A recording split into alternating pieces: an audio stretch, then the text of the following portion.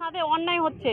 Video সাহেব নিজে ওদের সাথ দিচ্ছে, মোবাইল রেখেছে, কিন্তু ওদের এতবার বলার সত্ত্বেও ওর কাছে মোবাইল রেখেছে।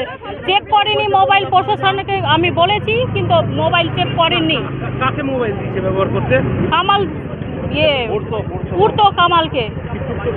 হ্যাঁ, পূর্ত কর্মদক্ষকে মোবাইল পাওয়া গেছে। আপনি তো প্রার্থী ছিলেন? হ্যাঁ, আমি কোন দলের আপনি? আমি টিএমসি, কংগ্রেস টিএমসি।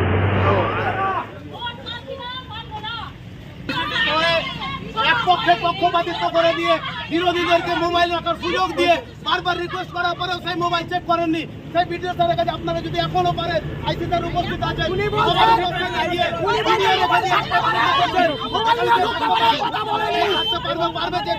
চলে যাবে। সরাসরি অসাংবিধানিক ভাবে বোর্ড গঠন করছে, সরাসরি অসাংবিধানিক ভাবে বোর্ড গঠন করছে। আমরা মেম্বার হিসাবে জনপ্রতিনিধি হিসাবে অসাংবিধানিক ভাবে আমরা প্রতিনিধি করছি।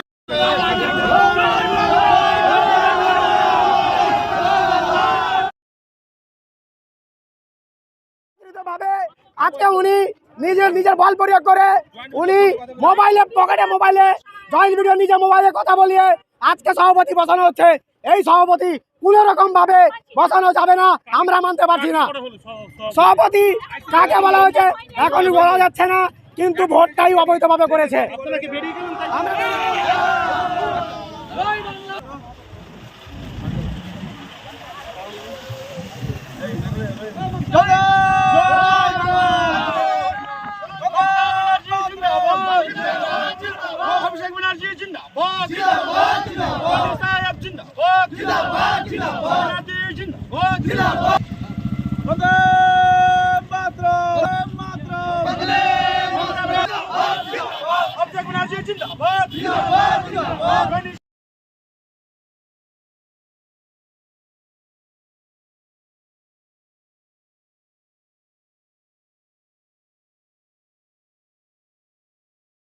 মালদা জেলায় তৃণমূলের গোষ্ঠীদ্বন্দ্ব আবার চাপা দিয়ে উঠল।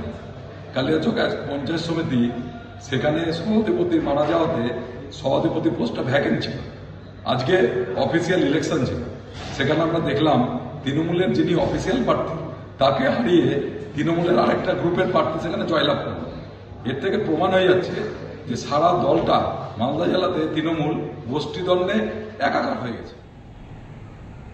কালিয়াচক পঞ্চায়েত সমিতিতে একটা সমস্যা ছিল, যাতে সভাপতি মারা যাওয়ার পরে আজকে সেই বোর্ড গঠন হয়েছে। আমাদের দলেরই প্রার্থী জিতেছেন। এখন যে কথাগুলো বলা হচ্ছে, এই কথাগুলোর ক্লারিফিকেশান আমাদের ডিস্ট্রিক্ট সভাপতি আব্দুর রহিম বক্সি দিতে পারবেন, কারণ দলের সমর্থক যখন জিতেছেন এই ব্যাপারে আমাদের আর কিছু বিশেষ করে বলার নেই। এটা দলের সভাপতি নিজে দেখছিলেন, তিনি এই বিষয়টা ভালোভাবে বলতে পারবেন।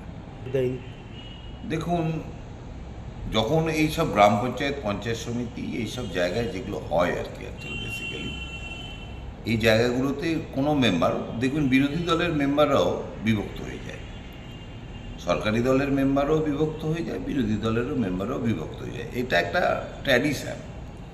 তো সেই ট্র্যাডিশনের বাইরে গিয়ে কিছু করে থাকলে কেউ, সেটা আমাদের দলের সভাপতি আব্দুর রহিম বক্সী বলবেন। এই ব্যাপারে তিনি দায়িত্বে ছিলেন।